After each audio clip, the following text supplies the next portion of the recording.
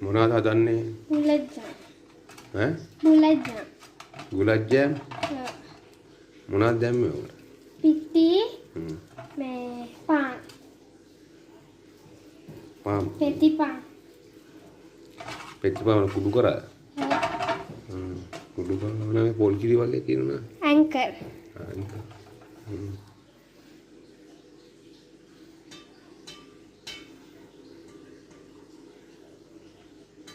ඊට පස්සේ බදිනවද?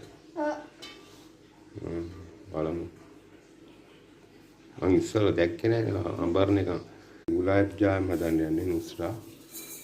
සීනි දානවා රත් වෙන්න. වතුර ටිකක් දාන්න. අවශ්‍ය පරිදි සීනි.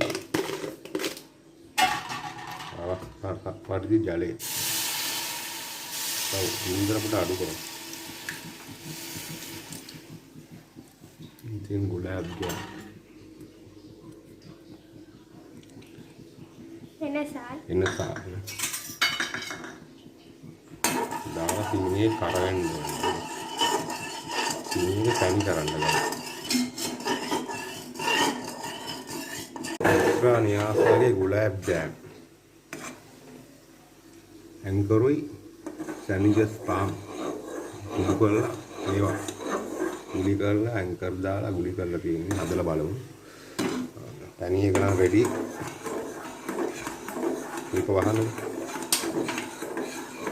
ගුලාබ් ජෑම් එක බදිනවා නුස්රා.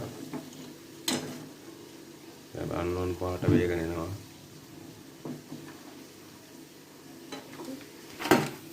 ගුලාබ් ජෑම් එක නම් බා ගන්නවා බැදිලා තියෙන්නේ.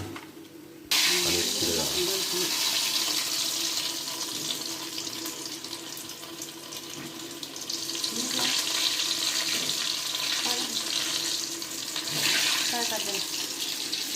බාගත්ත ටික ඊගාට පැණියකට දාගන්න. උණු කරගත්ත පැණියකට. ගුලාබ් ජෑම් එක බෝතලෙට දානවා. ගුලාබ් ජෑමුල්.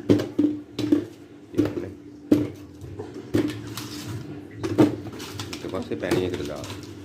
එකක් ගන්න කාලා බලමු එකක්.